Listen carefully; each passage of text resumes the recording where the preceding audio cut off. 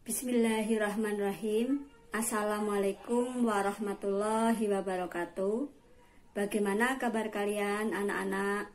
Mudah-mudahan dimanapun kalian berada selalu dalam keadaan sehat.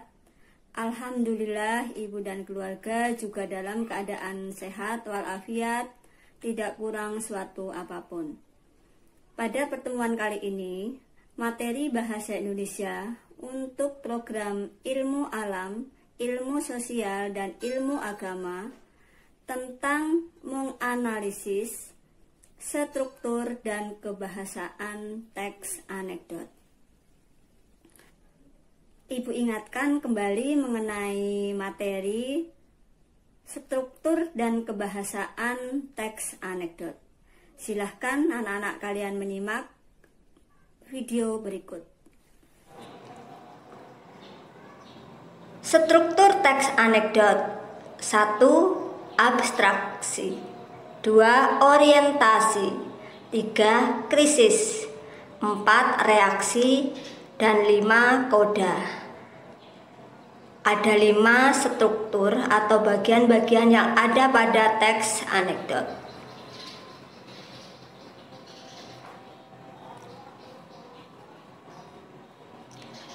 Berikutnya tentang kebahasaan yang ada pada teks anekdot. Antara lain, pada teks anekdot menggunakan 1. Kalimat retoris. 2. Konjungsi atau kata penghubung waktu.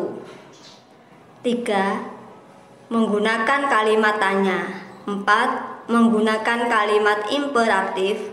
5. Menggunakan kalimat seru. Demikian tadi anak-anak materi mengenai struktur. Ada berapa struktur dalam teks anekdot? Yang pertama, abstraksi. Kedua, orientasi. Ketiga, krisis. Keempat, reaksi. Dan kelima, koda. Yang dimaksud dengan abstraksi itu merupakan gambaran awal isi teks anekdot, dan letak abstraksi itu ada pada bagian awal atau paragraf pertama. Pada contoh anekdot yang berjudul ikan dan kucing, abstraksi itu ada pada pernyataan berikut. Ketika memiliki uang cukup banyak, Nasruddin membeli ikan di pasar dan membawanya ke rumah. Ketika istrinya melihat ikan yang banyak, ia berpikir, "Oh, sudah lama aku tidak mengundang teman-temanku makan di sini." Nah, itu merupakan bagian abstrak. Itu merupakan gambaran isi dari teks anekdot yang akan disampaikan pada bagian berikutnya. Yang kedua adalah bagian orientasi. Bagian orientasi itu ada pada bagian kedua, sudah menunjukkan peristiwa yang berkaitan dengan isi teks anekdot tersebut. Peristiwa awal yang memulai peristiwa-peristiwa berikutnya. Contoh pada anekdot ikan dan kucing. Ketika malam itu, Nasruddin pulang kembali. Ia berharap ikannya sudah dimasakkan untuknya. Alangkah kecewanya ia melihat ikan-ikannya itu sudah habis. Tinggal duri-durinya saja. Nah, di situ letak peristiwa bahwa Nasruddin kecewa setelah sampai di rumah. Dia tidak menemukan masakan ikan yang sudah dibawakan tadi. Struktur yang kedua adalah bagian krisis. Bagian krisis ini berlanjut dari peristiwa yang awal itu tadi, sudah menimbulkan kembali peristiwa yang berikutnya. Seperti pada anekdot yang berjudul ikan dan kucing, krisis terletak pada pernyataan atau paragraf berikut. "Siapa yang menghabiskan ikan sebanyak ini?" Istrinya menjawab, "Kucingmu itu." "Tentu saja. Makanya jangan kau pelihara kucing yang nakal dan rakus itu." Nah, tersebut pernyataan yang kata-kata dari istrinya yang menimbulkan nantinya reaksi dari si Nasruddin, bahwa istrinya menyatakan kalau ikannya itu habis dimakan kucing yang dipelihara oleh Nasruddin, yaitu kucingnya nakal dan rakus. Selanjutnya, karena ada jawaban dari istrinya tadi itu, kemudian muncul reaksi dari Nasruddin. Nah, di sini masuk struktur yang keempat, yaitu struktur reaksi. Contohnya, Nasruddin pun makan malam dengan seadanya saja. Setelah makan, dipanggilnya kucingnya, dibawanya ke kedai terdekat, diangkatnya ke timbangan dan ditimbangnya. Lalu ia pulang ke rumah dan berkata cukup keras. Begitu reaksi Nasruddin setelah melihat di rumah tidak ada masakan ikan dan mendengar jawaban istrinya. Kemudian dia membawa kucing ke kedai terdekat untuk ditimbangnya. Setelah ada reaksi dari Nasruddin, kemudian muncul struktur yang terakhir, yaitu struktur koda. Koda di sini bagian penutup ataupun mengakhiri dari teks anekdot tersebut, atau merupakan jawaban dari masalah yang ada pada peristiwa yang sebelumnya. Contoh koda pada teks anekdot yang berjudul Kucing dan Ikan. "Ikanku tadi 2 kilo beratnya. Yang barusan aku timbang ini juga 2 kilo. Kalau kucingku 2 kilo, mana ikannya? Kalau 2 kilo ini ada ikan, mana kucingnya?" Begitu pernyataan yang disampaikan oleh Nasruddin pada istrinya, dan itu merupakan dialog yang terakhir pada teks anekdot, dan sekaligus itu merupakan bagian penutup ataupun koda dari teks anekdot tersebut. Demikian tadi anak-anak analisis mengenai struktur teks anekdot. Berikutnya mengenai analisis kebahasaan teks anekdot. Pada video yang kemarin dan yang tadi kalian simak, sudah disampaikan ada beberapa macam kebahasaan yang ada pada teks anekdot, yaitu 1. Kalimat retoris, 2. Kalimat interrogatif, 3. Kalimat imperatif, 4. Konjungsi, 5.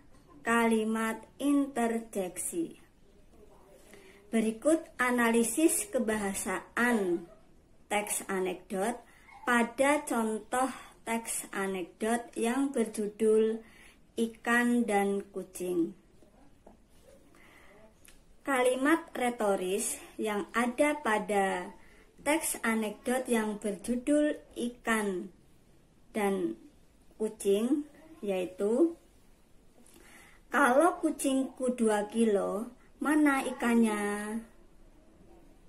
Yang kedua, "Kalau 2 kilo ini adalah ikan, mana kucingnya?" Nah, itu contoh kalimat retoris. Kalimat tanya yang ditujukan tetapi tidak memerlukan jawaban. Jadi kalimat tanya yang tidak memerlukan jawaban. Gunanya pada sebuah teks kalimat retoris ini untuk mempertegas untuk meyakinkan suatu pernyataan. Jadi kalimat retoris itu kalimat tanya yang tidak memerlukan jawaban. Kebahasaan yang kedua pada teks anekdot yaitu kalimat interrogatif. Yang dimaksud dengan kalimat interrogatif yaitu kalimat tanya. Kalian sudah mengetahui semuanya ya yang dimaksud dengan kalimat tanya, ciri-cirinya. 1. Menggunakan kata tanya seperti siapa, apa, di mana, kapan, dan sebagainya. Yang kedua, menggunakan tanda tanya apabila pada kalimat tertulis. Yang berikutnya, menggunakan intonasi naik apabila kalimat lisan. Kalimat tanya di sini kalimat tanya yang bersifat umum. Kalau yang tadi kalimat retoris itu kalimat tanya yang bersifat khusus, maksudnya kalimat tanya yang tidak memerlukan jawaban. Sedangkan kalimat tanya di sini yang bersifat umum.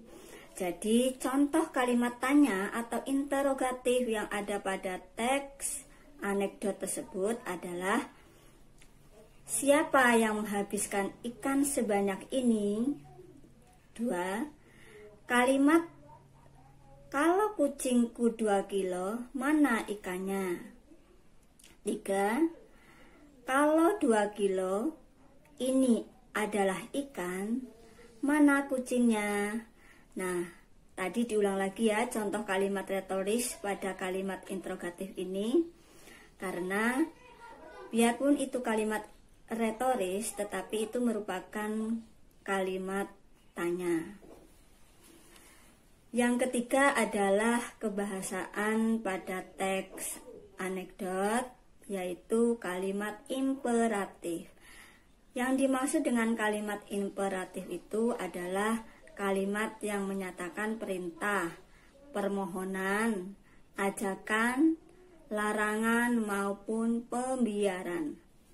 Contoh kalimat perintah atau kalimat imperatif pada teks anekdot tersebut adalah makanya jangan kau pelihara kucing yang nakal dan rakus itu. Nah, itu contoh kalimat imperatif. Berikutnya kebahasaan yang keempat adalah kata penghubung atau istilah lainnya adalah konjungsi. Konjungsi yang digunakan pada teks anekdot merupakan konjungsi temporal atau konjungsi yang menyatakan hubungan waktu. Contoh konjungsi temporal yaitu kata ketika, saat, sesudah, setelah, kemudian, sejak, dan yang lainnya. Pada teks anekdot yang berjudul ikan dan kucing, contoh konjungsi temporal yaitu ketika memiliki uang yang cukup banyak, Nasruddin membeli ikan di pasar dan membawanya ke rumah. Nah, kalimat tersebut diawali dengan konjungsi ketika. Ada juga kalimat seperti ini. Setelah makan, dipanggilnya kucingnya, dibawanya ke kedai terdekat, diangkatnya ke timbangan, dan ditimbangnya. Ada kata konjungsi setelah. Demikian kebahasaan yang keempat. Selanjutnya kebahasaan yang terakhir yaitu kalimat seru atau istilah lainnya adalah kalimat interjeksi, yaitu kalimat yang menyatakan seruan atau merupakan ungkapan kekaguman. Contohnya, oh bagusnya, how indahnya, pintar sekali. Itu contoh kalimat seru atau kalimat interjeksi. Kebetulan pada teks anekdot tersebut tidak terdapat kalimat seru ataupun kalimat interjeksi. Demikian anak-anak, analisis mengenai struktur dan kebahasaan teks anekdot. Kecuali yang Ibu sampaikan, nanti kalian bisa menyimak yang secara tertulis pada video berikut mengenai analisis yang sudah Ibu sampaikan tadi. Untuk mengakhiri pertemuan ini, ada latihan tugas untuk kalian, bisa kalian kerjakan di rumah selama 1 minggu. Tugas ini tujuannya untuk kalian bisa lebih mengerti dan memahami tentang struktur dan kebahasaan teks anekdot. Berikut anak-anak tugasnya. Buatlah contoh teks anekdot, kemudian analisis struktur dan kebahasaan teks anekdot tersebut.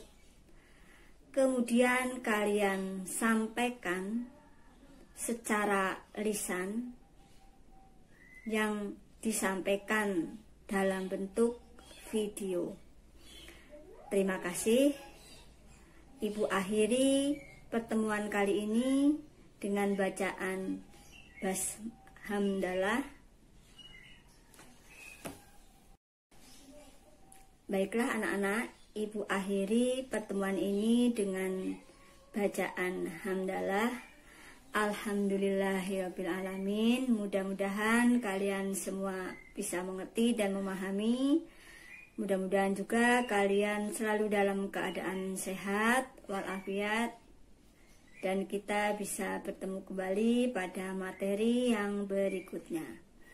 Terima kasih. Wassalamualaikum warahmatullahi wabarakatuh.